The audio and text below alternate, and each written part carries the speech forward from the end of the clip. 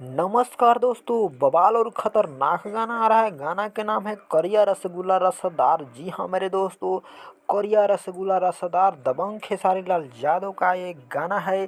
प्रेम की पुजारन मूवी का ये गाना होने वाला है। गाना को गाए हैं खेसारी लाल यादव, पलक पांडे। और वीडियो गाने में नजर आने वाले हैं खेसारी लाल यादव और यामिनी सिंह। और गाना को लिखे हैं कृष्णा बेदर्दी और म्यूजिक दिए हैं कृष्णा बेदर्दी। बताया जा रहा है कि एकदम बवाल और तहलका मचाने वाला गाना ये है।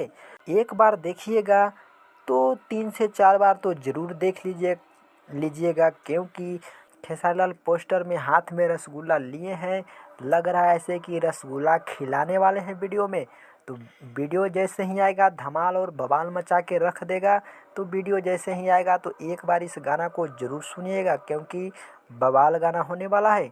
तो ये गाना को देखने के लिए कैप्टन वॉच हिट भोजपुरी के यूट्यूब चैनल से ये गाना आ रहा है 7 दिसंबर को सुबह 7 बजे। तो एकदम रेडी रहिए बवाल और तहलका मचाने के लिए। तो मिलते हैं अगले नेक्स्ट वीडियो में, तब तक चैनल को सब्सक्राइब करें।